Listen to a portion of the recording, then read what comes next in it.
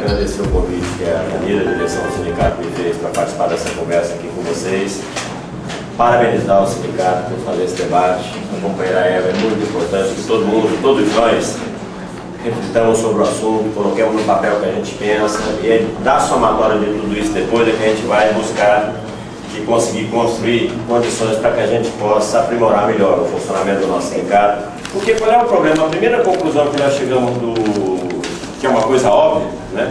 Quando nós analisamos essa situação dos sindicatos, é que o problema do funcionamento da maioria dos sindicatos hoje, aquilo que a gente chama de degeneração burocrática dos sindicatos, é um problema para nós da esquerda socialista, mas não é um problema para a articulação sindical, para a força sindical, para o UTT. Por que não é um problema para eles? Porque esse é o estado natural de um sindicato dirigido por eles. O objetivo político que eles têm não é organizar o trabalhador para a luta. O objetivo político que eles têm é segurar a luta do trabalhador, para dar estabilidade, para que continue, para que tenha perenidade, para perpetuar a exploração que os patrões exercem sobre nós e as picaretagem que o Estado faz contra os trabalhadores do serviço público e do setor privado a serviço dos interesses dos patrões. O problema é que essa forma de organização sindical, essa degeneração burocrática traz, é para nós, porque nós queremos não só defender o direito dos trabalhadores, organizar sua luta para que a gente possa avançar no sentido de obter mais conquistas, mas a gente quer mudar o mundo, nós queremos acabar com o capitalismo, construir uma outra sociedade. Então, essa degeneração burocrática leva a que o sindicato funcione de uma forma que é contraditória com o nosso projeto político. Né? Se a gente for espremer, nós vamos ver que essa forma burocrática de organização, ela é só o correspondente organizativo a uma concepção política, que é ele colaborar com o patrão, que é ele fazer com que perpetue essas condições dessa sociedade capitalista em que o povo trabalha muito, para enriquecer meia dúzia de banqueiros. E o povo mesmo que trabalha está numa miséria cada vez maior. Qual é a nossa diferença, portanto, com eles? É a nossa atitude quando nós somos confrontados com o problema. Nós vamos enfrentar os problemas para mudar, para construir um sindicato que seja de fato controlado pela base, que esteja a serviço da luta, ou nós vamos simplesmente defender os nossos privilégios políticos e materiais dentro do sindicato e passar o camburão em quem está nos criticando. Essa é a diferença. Por que essa discussão aqui pode ser feita entre nós? Porque nós temos um projeto político que é transformador e nós queremos realizar esse projeto. Dá para fazer essa discussão com o povo da articulação? Não dá. Eles não têm um objetivo de mudar o mundo, de enfrentar o patrão. Muito pelo contrário. O objetivo que eles têm hoje, essencialmente, é manter os privilégios que eles têm. Então, obviamente, essa discussão aqui não cabe. Bom, dito isso, companheiros e companheiras, eu queria começar dizendo que o conceito que a gente trabalha para essa discussão do problema da burocratização tem a ver com essa última coisa que eu falei para vocês. Ou seja, há um processo de degeneração burocrática dos sindicatos no Brasil. Depois nós vamos ver a origem, vem de há muito tempo, né? Mas a discussão que nós estamos fazendo, as propostas que nós estamos tentando formular, tem a ver com sindicatos que são dirigidos por setores que têm os seus problemas, cometem os seus erros, mas que querem avançar para a construção de um projeto de libertação da classe trabalhadora, que tem desvios burocráticos, que tem comportamentos burocráticos dentro do sindicato, mas são companheiros da nossa classe, que não se renderam àquilo que é a degeneração que nós vemos aí na articulação e nesses outros setores. É isso que quando eu falo de burocratização dos sindicatos, eu falo isso, para desvios, problemas, alguns graves. Depois eu vou dar alguns exemplos para vocês, que nós enfrentamos todos os sindicatos nossos, gravíssimos, né? Mas são problemas que podem ser enfrentados, podem ser superados na medida que haja uma disposição, né, de quem dirige politicamente o processo de fazer essa superação. Só para dar um exemplo para vocês, quando nós começamos esse debate no Sindicato de Metalúrgicos de São José dos Campos, que é um dos principais sindicatos que a gente dirige, que é parte das prioridades fundamentais nossas que tem a ver com a classe operária, nós fizemos um ano de discussão antes de começar a tomar medidas no sindicato. Foi uma discussão muito bonita, muito envolveu a categoria, pelo menos uma parcela dela, que é uma dificuldade grande, mas depois tomamos uma medida. Nós botamos para fora do sindicato 8 companheiros. Desses 8 companheiros, 3 eram militantes do PSTU. Um deles, que era militante do PSTU, foi expulso do sindicato porque estava roubando o sindicato. Então, problemas existem muitos. Se há disposição de enfrentar, por mais que pareça uma loucura, se consegue enfrentar, se supera, a categoria entende, apoia, né? Então, é esse o sentido dessa conversa. É uma conversa conosco, para nós mesmos. Não é para falar mal dos outros, não.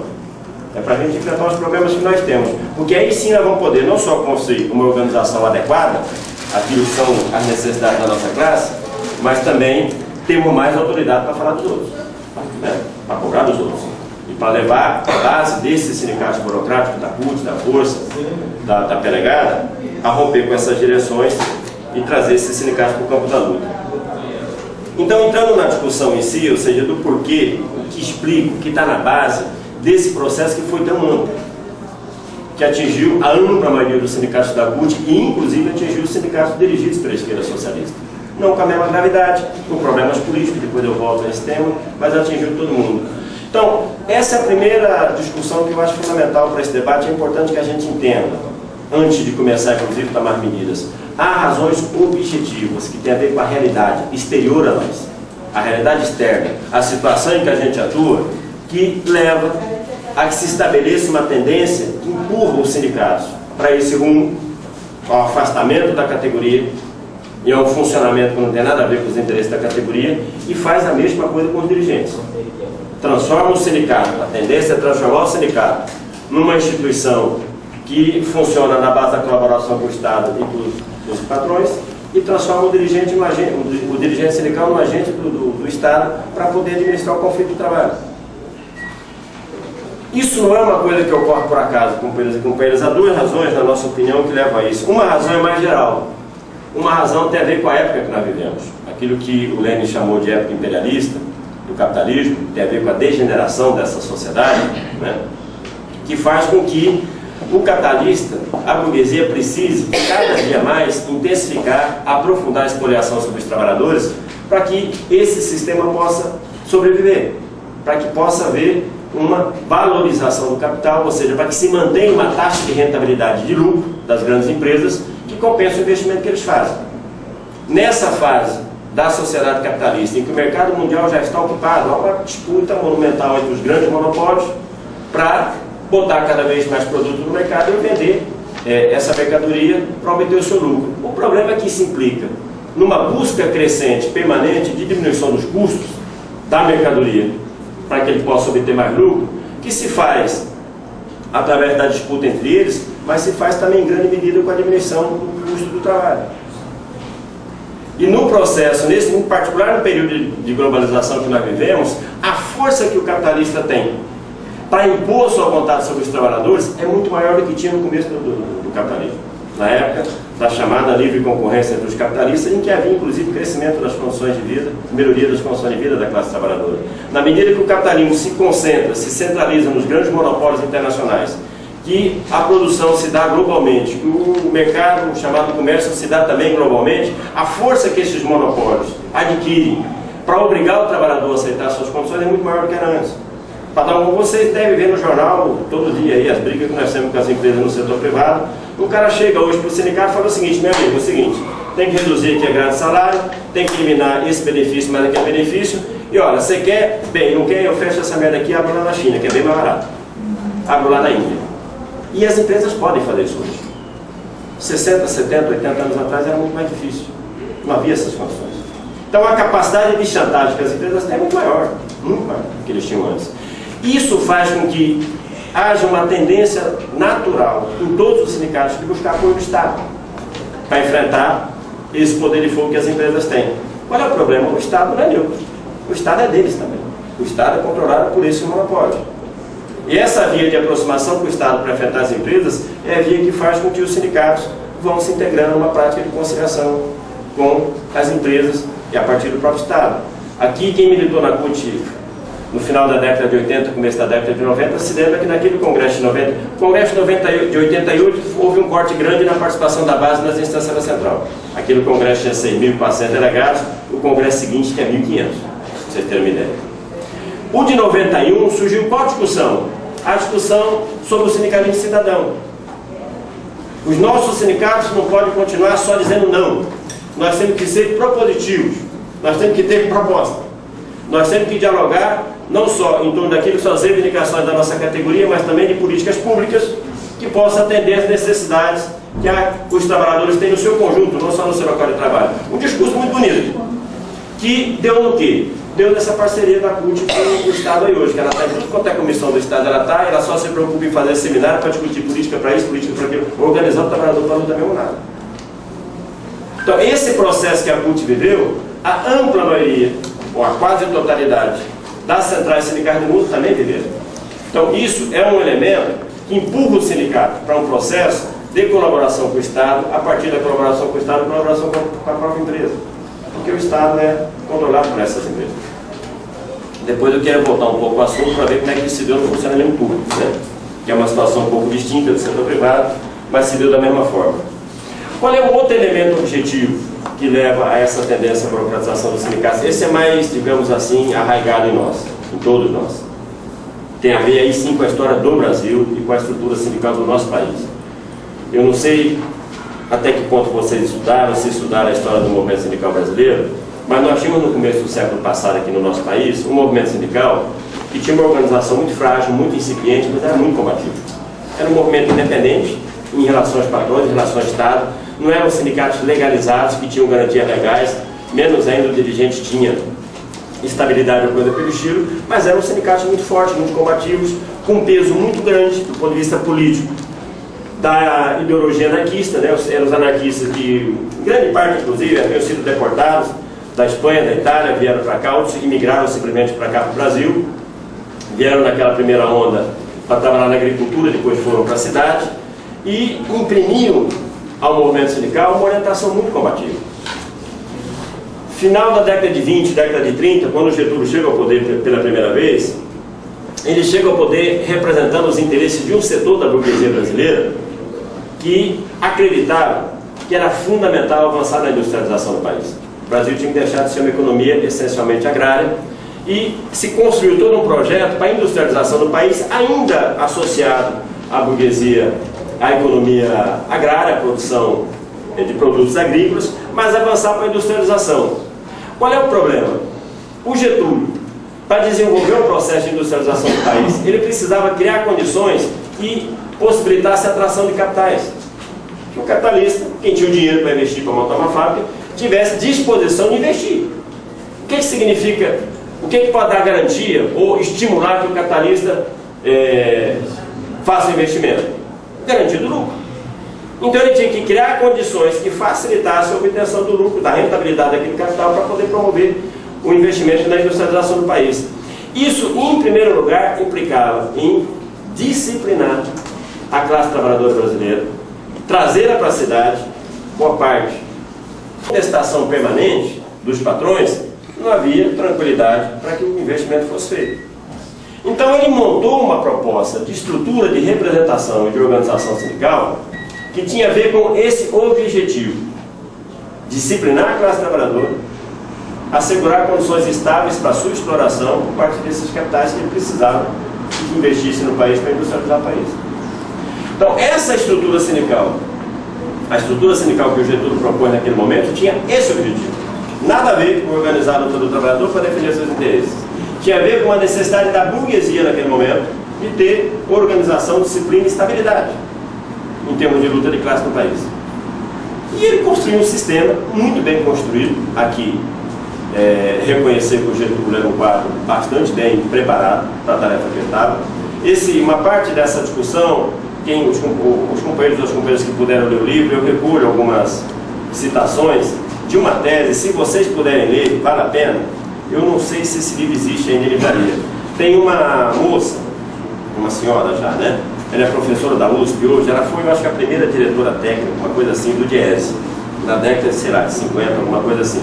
Ela chama Luiz Helena Martins, é o nome dela. Ela escreveu uma tese, depois foi transformada em livro, em que ela descreve esse processo. Então, ela bota declarações do Getúlio Vargas, do ministro do Trabalho naquela época, das autoridades, dos deputados, quando discutiam as leis que constituíram esse sistema de representação sindical, em que eles dizem com todas as letras. Aqui, porque havia um setor da patronal que não queria nada. Queria a terra arrasada. Deixa, se o trabalhador se mobilizar, a polícia em cima. E eles argumentavam contra esse setor da burguesia que essa era uma forma burra de tentar explorar o trabalhador. O melhor era organizar, cooptar, assegurar uma estabilidade, ainda que fosse necessário fazer uma concessão pequena. Porque era uma coisa mais permanente e possibilitaria, no estratégico, um ganho muito maior para a burguesia. Uma boa parte das leis que depois vieram compor a CLT tem a ver com esse processo. Não é que foram presentes do Getúlio. Elas têm a ver com o processo, os 30 anos de luta que houve no começo do século passado. Mas é uma concessão que é dada em função da luta, mas ao mesmo tempo ela é utilizada para tentar amortecer o trabalhador. Amortecer e acabar com aquele processo de luta que estava. Bom, essa foi a intenção do governo. O problema é convencer os trabalhadores. E foi um processo muito rico, é que a gente conhece um pouco a história do nosso país, mas de 1930 a 1935, o governo fez uma tentativa, pelo bem, no amor, como dizia o Gilmar Carneiro da CUT, que é de fazer essa transferência da representação do movimento sindical independente que tinha para essa estrutura oficial, que tinha um monte de benefícios. O dirigente do sindicato tinha estabilidade, o sindicato era reconhecido, podia pedir e acionar o Ministério do Trabalho, né? Depois veio a Justiça do Trabalho. Teve, nesse período, leis que asseguravam o direito dos trabalhadores que só valia para o trabalhador que era representado pelo sindicato oficial. Quem estava fora do sindicato oficial não tinha aquele direito. Então houve toda uma tentativa de cooptação a partir do debate e do envolvimento, né? De 30 a 35, 25% do sindicato do país aceitaram se enquadrar e se registrar no Ministério do Trabalho. 75% não aceitaram. Vê como é que é as coisas. As pessoas tinham instinto. Bom, aí veio a antecipação do Estado Novo. Na verdade, o Estado Novo para a classe trabalhadora brasileira começou em 35. A pancadaria, se assassinou muitos dirigentes, deportou centenas de dirigentes, arrebentaram na pancada. O que havia de movimento sindical independente. O PC, naquele momento, girou para aceitar o enquadramento no Ministério do Trabalho. Era a organização de esquerda mais forte que nós tínhamos no país naquele momento, e o governo conseguiu impor essa estrutura. Então, essa estrutura, companheiros e companheiras, qual é o problema? Essencialmente, é a mesma que existe hoje. Não há nenhuma mudança importante nela, desde a década de 30 até agora. É uma estrutura montada para quê? Para impedir a luta de classes, para impedir a luta dos trabalhadores, disciplinar e estabilizar a força de trabalho para poder garantir rentabilidade certa para o capital. É com esse objetivo político que essa estrutura foi construída. E qual é o problema? Não houve mudança de lá para cá. Essencialmente não houve uma mudança. Porque quais são os atributos que essa estrutura tem para que ela pudesse cumprir esse papel? Primeiro, o sindicato foi separado dos trabalhadores. Ele passou a ser uma instituição, a parte dos trabalhadores. A direção do sindicato passou a ter garantia de emprego, acesso ao Ministério do Trabalho, Justiça do Trabalho, acesso a recursos, independentemente da vontade dos trabalhadores, para financiar as suas atividades, vem o sindical, né? E, fundamentalmente, poder de negociar e contratar com os empresários e com o governo em nome dos trabalhadores, bastando para isso ganhar a eleição e ser instituída na posse da direção do sindicato. Então foi atribuído à instituição sindicato um conjunto de poderes que antes só os trabalhadores podiam dar. Esses poderes passaram a ser dados pelo Estado. Eu registrei meu sindicato no Ministério do Trabalho, eu passo a ter esses poderes aqui. Quem concedia esse poder para a direção do sindicato? O ministro do Trabalho, que assinava a carta sindical. E ainda tinha um poder de, se aquela diretoria do sindicato pisasse fora da linha, começasse a se meter em política, o ministro dava uma canetada, afastava aquela diretoria e botava outra. É um sindicato do Estado, para ajudar o Estado a controlar os trabalhadores. Então, para isso o Estado assegurou a essas entidades, e particularmente aos seus dirigentes, um conjunto de atribuições que permitia a esses dirigentes agir em plena autonomia em relação aos trabalhadores. Antes, o que eles falam, né? Eles falavam, o pessoal que estudou o movimento sindical no começo do século passado, falava que no começo do século, os trabalhadores dos sindicatos votavam com espécie. Sabe o que quer dizer isso? Olha que o sindicato embruviou ali, não está servindo mais, tem que atravessar a rua e fazer outro. Não está servindo para mim esse negócio, eu vou ali e faço outro. Hoje não dá mais para fazer isso. Porque o sindicato que me representa é aquele que o ministro do Trabalho chancelou o registro lá. Eu não posso sair e fazer outro. Mesmo que esse sindicato esteja atazanando a minha vida, entregando meu direito, esse é o meu sindicato. Então, essa mudança, esse poder que foi concentrado na entidade, particularmente na mão dos dirigentes, tinha esse objetivo. A partir daí o Estado teve política, não só de financiar a revelia dos trabalhadores, que é o imposto sindical, que é a tomada de todo mundo, mas também de cooptar. Aí entra a política, porque o dirigente é retirado do local do trabalho, né? Ele passa a ter poder, passa a ter uma vida diferente daqueles que trabalhavam no local de trabalho dele, que está o tempo todo liberado. Ele passa a ter poder de conversar com o delegado do trabalho, com a justiça do trabalho, com os patrões, né? E ele, na conversa com o patrão, pode resolver um problema da sua categoria, mas ele também pode resolver o problema do patrão. Pode? Para resolver o problema do patrão, o que o patrão fala? Rapaz, eu resolvo o teu problema.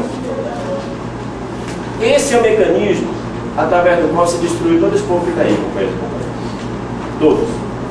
Eram companheiros, lutadores, combativos e foram destruídos por isso. Tem um sujeito, ele chamava, ele foi morto, né? Ele chamava Oswaldão chamava ele. Era motorista de ônibus. Quando nós estávamos na nossa primeira greve geral do metalúrgico em Santo André, em 79, eu estava no comando de greve do sindicato. Eu não era diretor do sindicato, eu era no comando de greve de trabalho. Mas eu ficava no sindicato organizando os piquetes. Parou 2 ônibus do lado do sindicato, o sindicato é bem no centro da cidade de lá. Foi o motorista lá dentro e falou: escuta, como é que nós fazemos para fazer uma greve dessa? Nós temos que parar também, a categoria toda aqui, o nosso sindicato não presta. Aí eu conversei com eles rapidamente e falei: bem, a hora que acabar essa confusão aqui, a gente faz uma reunião e a gente ajuda vocês a se organizar. Nós levamos 4 anos para ganhar o sindicato, mas ganhamos o sindicato, 4 anos depois. Meu amigo Oswaldo, presidente do sindicato. Esse cara, gente, era, sabe, um exemplo de ser humano? Abnegado, trabalhava com um desgraçado, se fudia.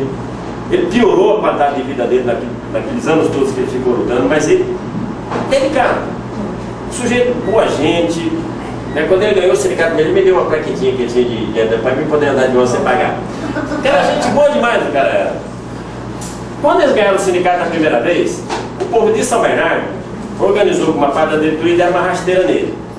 Porque naquela época, era assim que era o estatuto padrão do sindicato, se elegia a diretoria, e na primeira reunião da diretoria se distribuía os cargos. Então aquilo que se registrava antes não tinha validade. A validade, o cargo era na primeira. Aí na primeira reunião da diretoria deram uma pernada nele, tiraram ele da presidência do sindicato. Ele ficou magoado, tudo bem, foi para a base, trabalhou, 3 anos depois ele fez uma chapa dele, tirou todo mundo do sindicato. E ele era muito, o pessoal gostava muito dele. Bom, esse cara começou assim, gente. Ele foi assassinado faz uns 10 anos, 10, 11 anos, dentro do sindicato, 2 tiros por outro diretor do sindicato. Então, foi assassinado dentro do sindicato, porque ele cortou uma ajuda de custo do cara, o cara tinha uma ajuda de custo lá, que sei lá quanto que era, ele cortou simplesmente a ajuda de custo do cara, porque ele brigou com o cara por algum motivo, o cara foi lá e deu 2 tiros nele. Esse cara, quando ele foi morto, ele tinha um salário da empresa, um salário do sindicato, um da Federação da CUT, ele era agente da Federação da CUT, um da Federação Internacional, da qual ele fazia parte, sem falar nas coisas das empresas. Tinha virado um bandido. Bandido da pior espécie. Meu amigo Oswaldão. Assim, por milhares. Milhares. A ampla maioria. Para ir degenerando os dirigentes, para transformar eles numa outra coisa. E é muito fácil para eles, porque é aquela conversa.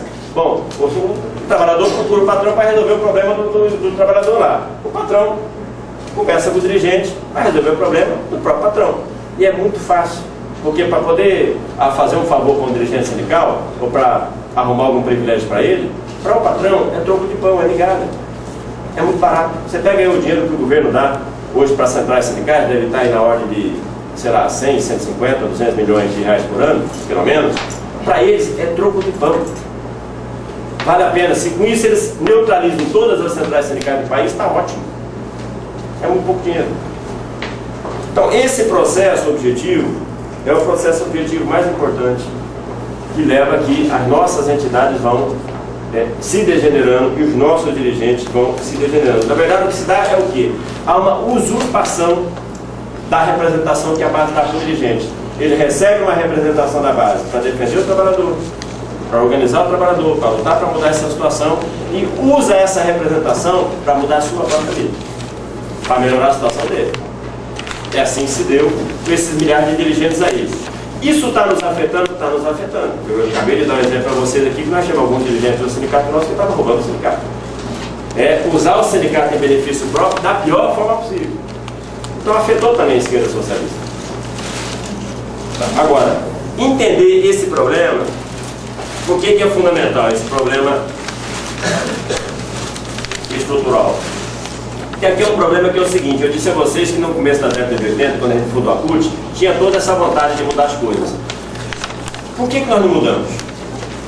Porque houve uma melhoria em relação ao que era aquele funcionamento absurdo que o sindicato tinha, mas essencialmente se manteve a mesma coisa. Tanto que quando retrocedeu, eles retrocederam com todo o controle. Porque esse processo que deu de afastamento, sabe, o que a CUT fez, vamos pegar de 2000, daquela discussão da reforma da Previdência, ainda da FHC para cá, era para ter tido uma rebelião que arrebentasse tudo, né, nesse país. Aliás, ela acabou de fazer um acordo agora esses dias, que está possibilitando o governo reconstituir o fator previdenciário, o negócio dos aposentados. Vocês viram os trabalhadores juntar na porta de algum sindicato e botar fogo no sindicato? Ou lá na porta da CUT e botar fogo na CUT? Eles conseguiram fazer esse movimento com uma certa tranquilidade. Por quê? Porque nunca houve uma transformação da estrutura do sindicato. Eles permaneceram, mesmo com aquele processo de fundação da CUT, com a mesma estrutura que o Getúlio Vargas adotou lá atrás. E a esquerda socialista, o que fez aí? Nós falamos muito e fizemos pouco. Em primeiro lugar, companheiros e companheiras, porque nós não tínhamos clareza do que estava acontecendo. Nós não tínhamos compreensão da realidade. E a gente era imbuído. Quando eu falo a gente, eu falo por mim, falo para os outros companheiros que militavam comigo naquela época lá, eu imagino que no grosso da esquerda era mais ou menos a mesma coisa. A gente achava que com a boa vontade nossa e com a honestidade nossa, a gente fazia as coisas e mudava. Não, nós somos diferentes desses caras aí, então o nosso sindicato aqui vai ser diferente. Assim, entraram para a direção do sindicato centenas de oposições sindicais. Claro, mas sem compreensão da realidade que estava entrando e, portanto, sem saber o que teria que fazer lá dentro do sindicato. O que houve? Essas pessoas foram presas fáceis dessa estrutura aqui, que foi montada para isso. Então, onde é que nós erramos? Nós tínhamos que ter feito esse debate que nós estamos fazendo agora. Eu falo sempre para os companheiros. O pessoal vai falar, pô, legal que você escreveu o livrinho. Eu falei, tudo bem, mas está 30 anos atrasado. Naquele momento nós não tínhamos condição de fazer, nós não tínhamos experiência, tudo bem. Mas algum de nós tinha que ter tido. Nós demoramos muito para fazer esse debate. Então o preço que nós pagamos hoje, quando eu falo para vocês que a gente atravessou o mar de lama e que chafurdou a CUT aí, nós atravessamos, nós saímos do outro lado, mas nós estamos cheios de barro para todo canto. Tem que dar uma limpada. Nós não saímos ileso não. E não saímos ileso porque nós não tivemos essa compreensão lá atrás. Porque naquele momento, inclusive na década de 80, era muito mais fácil nós termos promovido mudanças mais importantes na estrutura do sindicato do que hoje. Por quê? Porque naquele momento o trabalhador estava mobilizado. E na medida que o trabalhador está mobilizado, há um processo de luta social mais forte, há uma participação maior também dos trabalhadores no sindicato. E um dos grandes problemas que nós temos hoje para poder fazer as transformações que a gente precisa fazer no sindicato, esse é o primeiro fator objetivo, subjetivo que eu queria apontar para vocês, é justamente a falta, ou o atraso na consciência dos trabalhadores. Porque depois de 70 anos, 80 anos, vivendo e vivenciando essa estrutura sindical, na cabeça do trabalhador, o sindicato é isso mesmo. O sindicato é o povo que ele elege lá uma vez a cada 3 anos para resolver os problemas para ele. Se não deu no Ministério do Trabalho, se não deu na conversa com o patrão, entra na Justiça. Vocês que são dirigentes, vocês nunca escutaram da base de vocês, quanto é que de salário, quanto é que de aumento vocês não conseguem para nós lá? Não se escuta isso? Quanto é que de aumento vocês não conseguem para nós? Porque o cara não se sente parte do sindicato.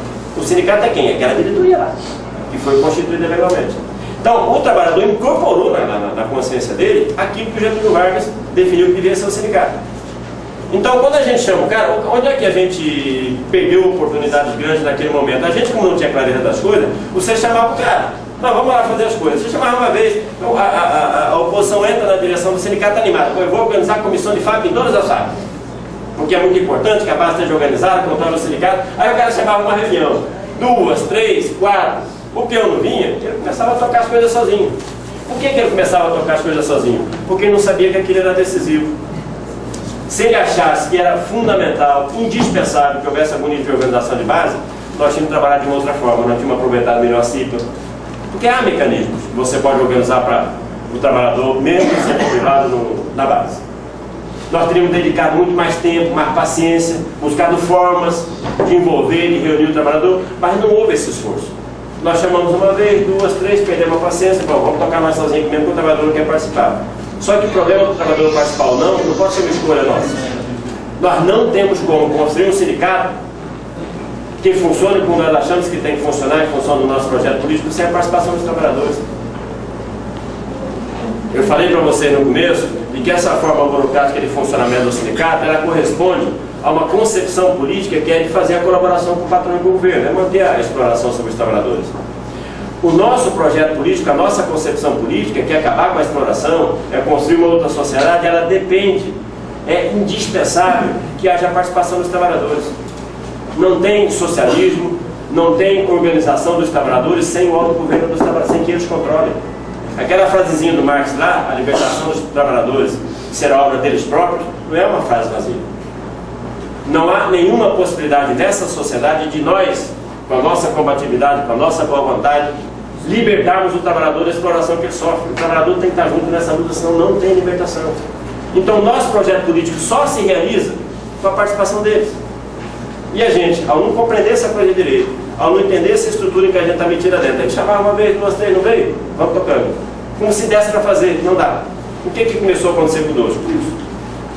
Nós começamos a reproduzir essas práticas que os burocratas executam no seu sindicato. E não é só um problema de falta de democracia, porque a estrutura burocrática, ela é correspondente a uma concepção política. Começa assim, eu vou tocando sozinho. Só que ao começar a tocar sozinho, o dirigente, ele fica submetido a tudo quanto é pressão da sociedade, que é tudo contra a luta do trabalhador. É o patrão, é o Ministério do Trabalho, é a imprensa, é a polícia, né? É a dificuldade de mobilização do próprio trabalhador, e muitas vezes o próprio trabalhador, né? Aquela briga que nós chamamos na GM, né? São José dos Campos. A empresa chegou para o sindicato e falou o seguinte: olha, eu quero contratar 600 caras, mas tem que introduzir uma segunda grade de salário, ou seja, reduzir o salário do povo que fosse contratado, né? E tem que ter banco de horas. E abriu uma guerra para o sindicato, uma guerra. Aí foi prefeitura, Câmara de Vereador, igreja, até o bispo lá da região fez um manifesto contra nós. Uma pancadaria. Mais da metade dos trabalhadores da fábrica estava pressionando o sindicato para aceitar, porque foram ganhos para eles. Nós fizemos um diabo naquele negócio lá, até que a empresa não aguentou e ruiu a corda, voltou atrás. Aí contratou os caras sem botar banco de horas, sem botar a segunda grade de salário. Aí o peão ficou: pô, vocês são 10. Eu mesmo já tinha desistido. Mas olha a reação. Esse é o problema. A pressão que o dirigente sofre é muito grande. Se eu não tenho o respaldo embaixo, o que acontece? Da ampla maioria de nós, cede. Lá em São José mesmo. Uma das conclusões que nós chegamos no debate que nós fizemos lá é o quê? Que tinha problema de democracia no sindicato, mas já começava a ter problema nos acordos que o sindicato fazia. Começava a fazer acordos que estavam aquém daquilo que é o critério nosso. Por quê? Porque estava cedendo às pressões. Por quê? Porque não tem ninguém que seja imune a isso. Nenhum de nós. Nenhum de nós nasceu com uma estrelinha na testa e falou: esse aqui é predestinado, esse não é de jeito nenhum. Não existe isso. Não existe isso. Então, se nós não temos essa base organizada, esse controle da base, é inevitável. O melhor que seja o fulano ou a fulana, o mais bem intencionado que seja, vai fazer merda. Porque é para isso que foi montada essa estrutura. E nós tratamos com instituições numa sociedade que são muito mais fortes do que nós. Muito mais fortes. Cada uma dessas empresas tem dezenas de assessores pagos a peixe de ouro para ficar pensando como é que vamos enrolar. O Estado que está aí, o governo que está aí, ainda mais esse governo que está aí, que veio do nosso meio, sabe como é que a gente funciona, né? Tem um monte de gente lá que fica o tempo todo pensando como é que vai enfiar o dedo no nosso olho. E se a gente vai com a cara e a coragem nisso, não tem como ganhar essa luta. Esse problema, portanto, da baixa consciência, da consciência atrasada dos trabalhadores é um problema grande que nós temos. É um problema subjetivo, já não é um problema objetivo mais, mas é um problema grande. É parte da realidade em que a gente atua. Há um outro problema subjetivo, que tem a ver com a direção. Aí sim, o que em última instância explica que, com toda essa situação que levou à degeneração desse monte de gente, uma parte se preservou? Aí tem a ver com a direção política. Tem a ver com a formação política, tem a ver com as opções políticas que foram feitas por esse conjunto de dirigentes. Uma parte deles estão no PSTU, outra parte estão em outros partidos, no PSOL, outra parte estão independentes, mas houve uma parte que resistiu. Então esse aspecto também não é secundário. Grosso modo, nós podemos dizer que hoje aqui no Brasil, o que diferencia um sindicato a serviço do patrão e um sindicato a serviço do trabalhador não é a estrutura dele, é a direção dele. Porque todos eles hoje têm uma estrutura muito ruim, inclusive os nossos. O problema é a direção.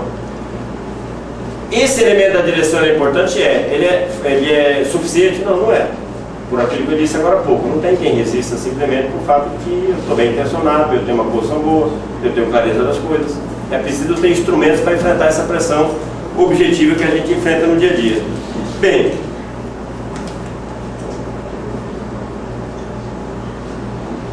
Se esse é o quadro, companheiros e companheiras, qual é a discussão a partir da identificação desses problemas? Que discussão que nós fizemos? Ou seja, em primeiro lugar, é muito importante que a gente tenha clareza de que ao entrar para dentro de um sindicato, nós estamos entrando para dentro de uma instituição que não foi construída da forma como ela funciona hoje para poder desenvolver a luta dos trabalhadores. Ela foi construída para outra coisa. Nós estamos entrando para dentro de uma instituição que funciona assim e a nossa classe, a nossa base, acha que é assim que ela tem que funcionar. Então tem a instituição que já funciona assim, a nossa base que acha que ela tem que funcionar assim mesmo, e se nós não enfrentamos de forma consciente e rompemos com essa tradição, o mais provável é que a gente acabe lá na frente a reproduzir aquilo que a pelegada faz e a gente critica. Então aqui é um problema de consciência em primeiro lugar sobre o problema. Aí vem o problema da direção política, da importância de ter uma direção firme que vai enfrentando, né, nadando contra a corrente. Nós vamos ter que nadar contra a corrente para poder promover as mudanças. No setor público, como é que essa coisa se deu no setor público? Porque o setor público não deveria ter esses problemas, porque esses sindicatos, os sindicatos de servidores públicos no Brasil, surgiram essencialmente na década de 80. Antes era proibido o servidor público se sindicalizar, certo? Havia toda uma concepção acerca do que era o servidor público, e o Estado utilizava isso para impedir a organização sindical. Obviamente, a teoria toda era só para tentar garantir que não houvesse organização, portanto, não houvesse luta por parte do servidor do Estado, do servidor público. Isso se quebra na reta final da luta contra a ditadura, começo da década de 80, e há uma explosão de organização de sindicatos, associações que depois viram sindicatos, no setor público durante toda a década de 80, a década de 90. E a grande maioria dos sindicatos que surgem aí, né, surgem num processo de luta, de mobilização.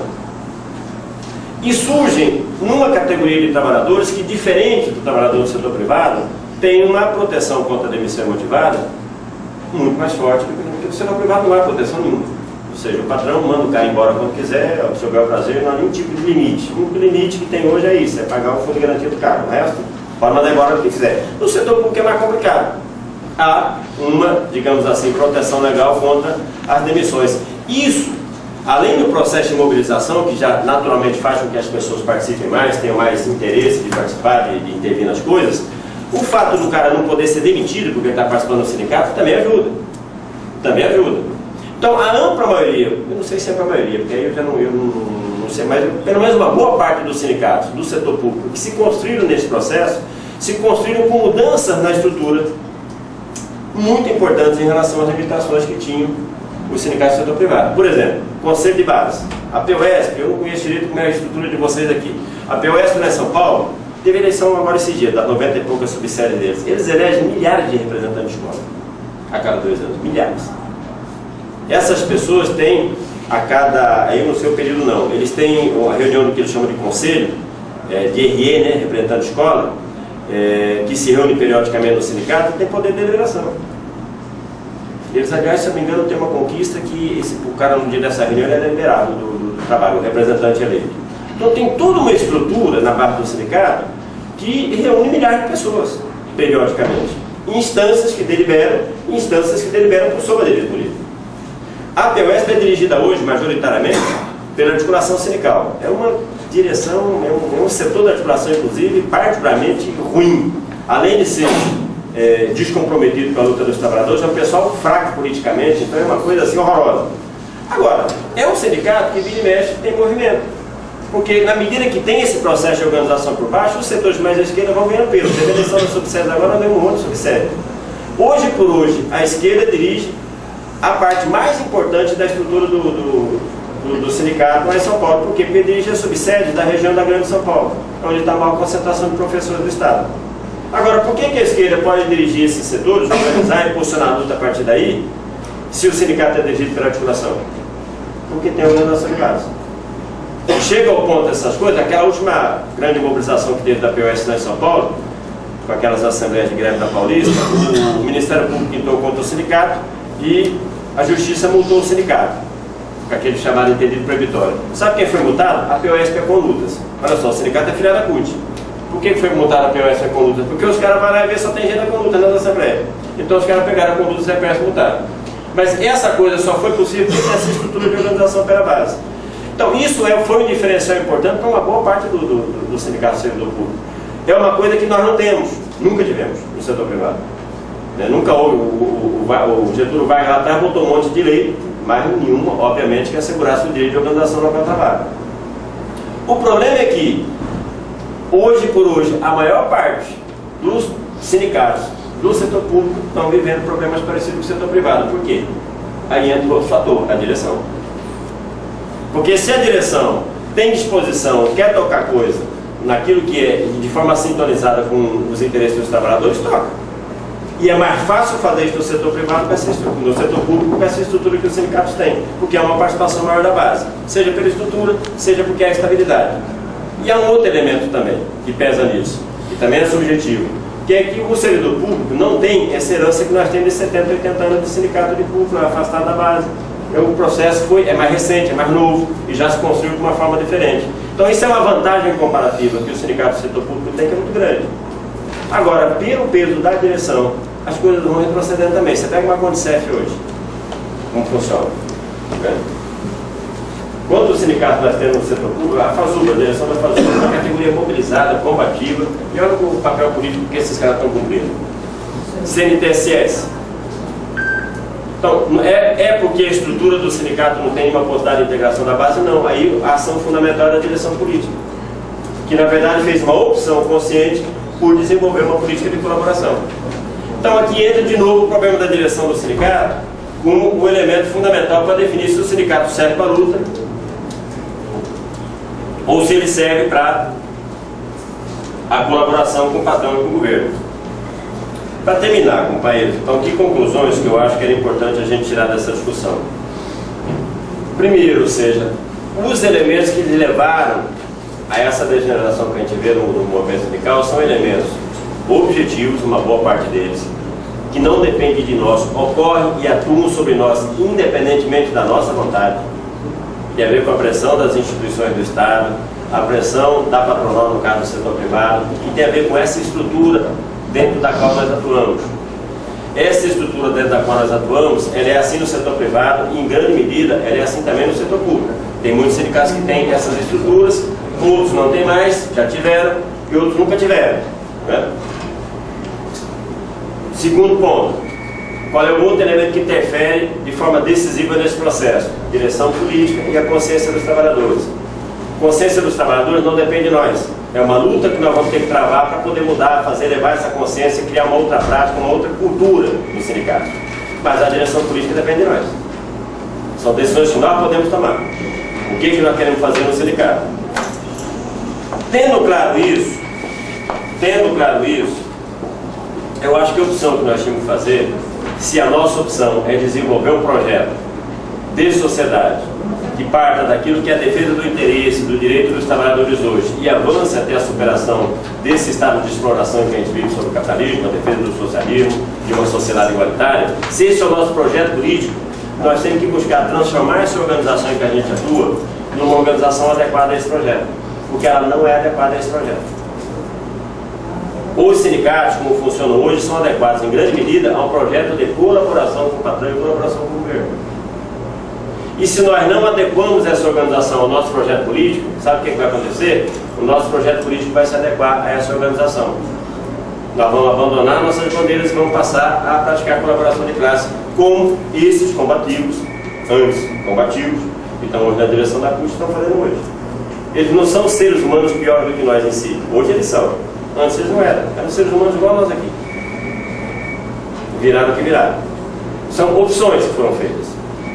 Então se trata, em primeiro lugar, a primeira conclusão fundamental aqui é que nós temos que fazer opções quando estamos fazendo no sindicato. O sindicato não é a nossa casa ou a casa que serve para a luta do trabalhador, sim ou sim. Ele pode servir para a luta do trabalhador, mas pode servir para outra coisa, pode servir para resolver a vida do dirigente. É muito difícil resolver a vida de todo mundo, porque resolver os problemas da vida de todo mundo nos impõe mudar a sociedade. Resolver a vida do dirigente é muito mais fácil, está muito mais ao alcance. E se vacilar, tem uma boa parte da nossa categoria que fala, gente, mas vocês têm... Dá um exemplo para vocês. Vocês desculpa pelo tempo, gente, mas eu acho que ajuda a entender os problemas. Nós fizemos uma ocupação lá na Mansa, era uma maior siderúrgica que nós tínhamos lá em Belo Horizonte, ainda é uma maior siderúrgica pequena. em 89. Nós ocupamos uma fábrica, ficamos 10 dias dentro da fábrica, foi uma pancadaria, os alemães não quiseram negociar de jeito nenhum. Pra vocês terem uma ideia, o acordo saiu porque o governo interviu, nós fizemos um acordo com o governo. E desocupamos a fábrica, e depois da fábrica cumpriu o acordo, nem sei porque também cumpriu, o governo deve ter ameaçado eles. Porque naquele momento eles ficaram com medo de invadir a fábrica, morrer gente, já tinha morrido aqueles companheiros aqui em Volta Redonda em 88. Então eles ficaram com medo de ceder. Nós saímos daquilo ali com uma camada de ativistas dentro da fábrica, que era uma coisa que valia ouro. Ouro. Gente muito boa. Teve uma eleição do sindicato 6 meses depois. 8 desses companheiros entraram na direção do sindicato e tinha um chamado Toninho. Na véspera, quando estava chegando perto da eleição, eu fui falar com ele o negócio da chapa, tudo. Ele falou, não, tudo bem, top.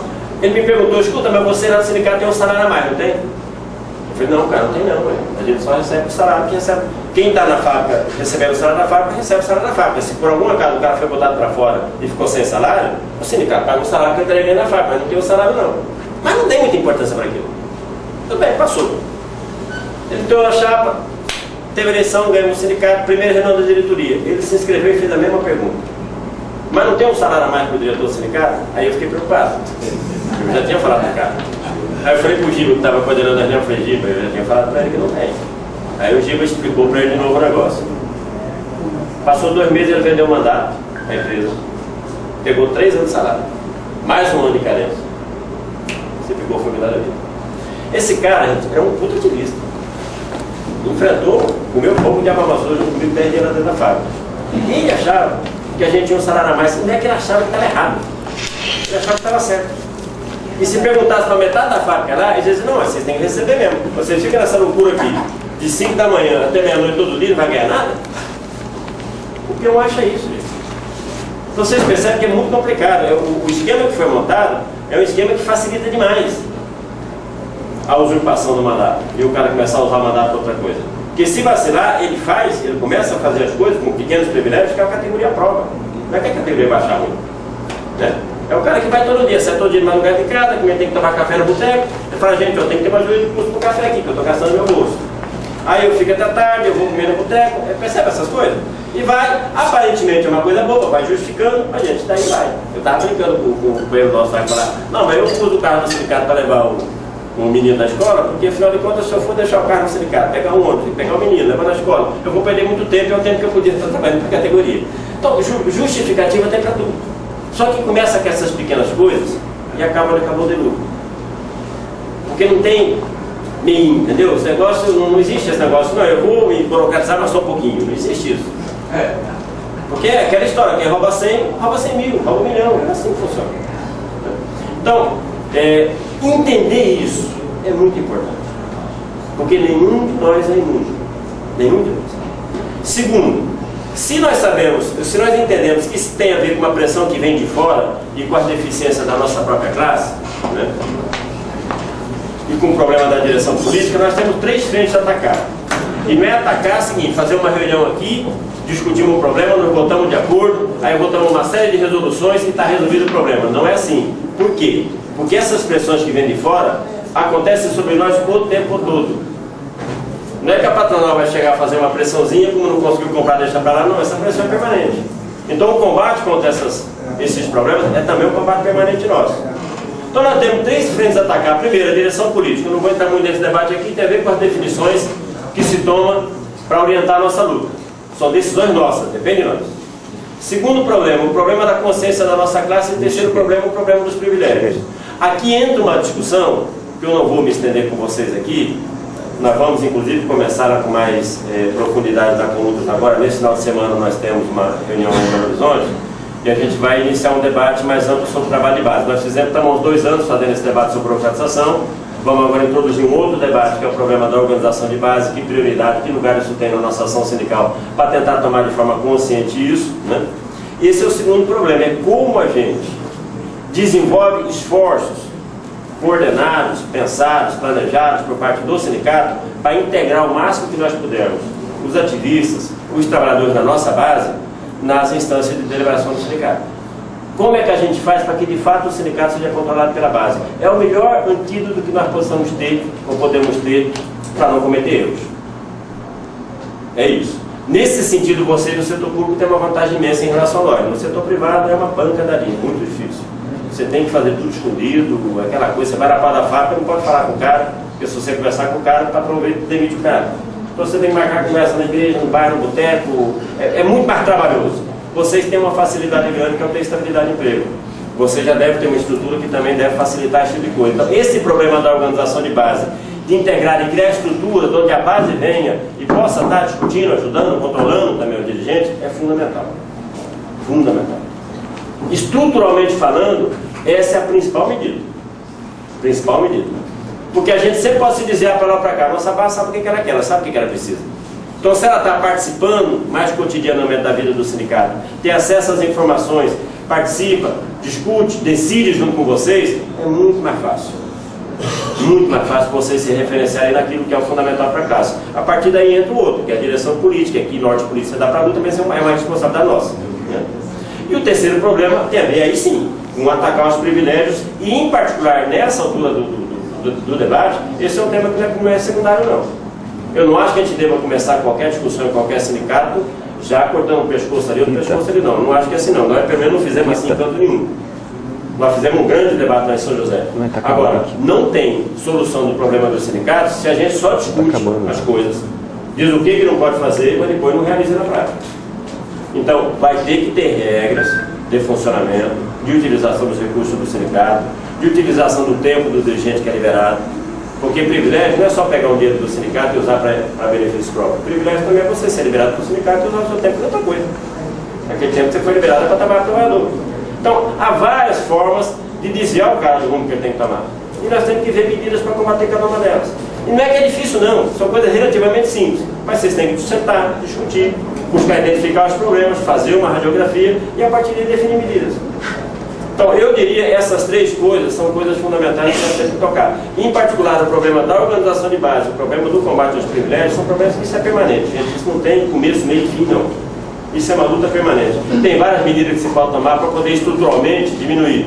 Uma coisa que vocês podem fazer no setor privado é mais complicada. Bota limite de mandatos. Tem vários sindicatos que já têm, outros estão fazendo isso. Nós estamos discutindo no setor privado agora, inclusive, para fazer. Lá é mais complicado, porque o cara sai do sindicato e perde emprego. Mas tem forma, nós estamos tentando encontrar formas para resolver isso.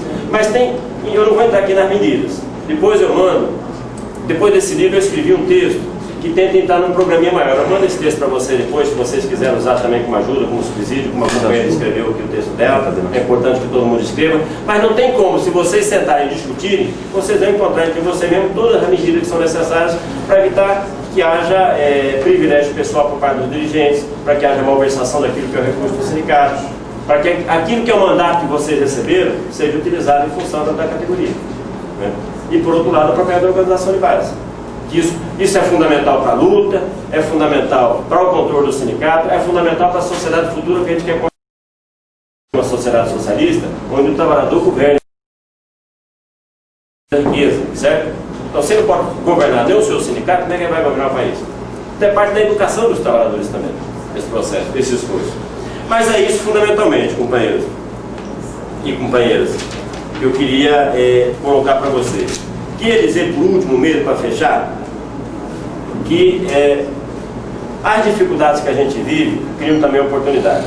Né? Eu tinha falado para a Janira, quando ela me chamou para cá, eu falei, nós temos muita briga, muita diferença sobre uma série de coisas, mas eu não quero ir lá para brigar com a Janira, ou brigar com quem quer que seja. Né? Eu acho que a forma mais produtiva de encarar essa discussão é nós identificarmos os problemas que nós temos e enfrentarmos cada um deles. Eu volto a dizer aquilo que eu falei lá no começo. O que diferencia nós do burocrata lá não são os erros que nós estamos cometendo ou cometemos até agora. É a nossa atitude frente aos problemas quando nós somos confrontados com isso. Então, vocês estão começando um debate aqui agora. Vocês estão, sei lá, recentemente vocês estão fazendo esse debate. É preciso fazer a fundo, botar o dedo em cada uma das feridas. Mas fazê-lo, em primeiro lugar, levando em conta isso. É um problema coletivo aqui de todos nós. Nós não podemos começar a discussão condenando isso ou condenando aquilo. Mas a discussão, quando terminar, quando concluir, nós temos que tomar medidas. Contra quem quer que seja. Ou a favor de todo mundo.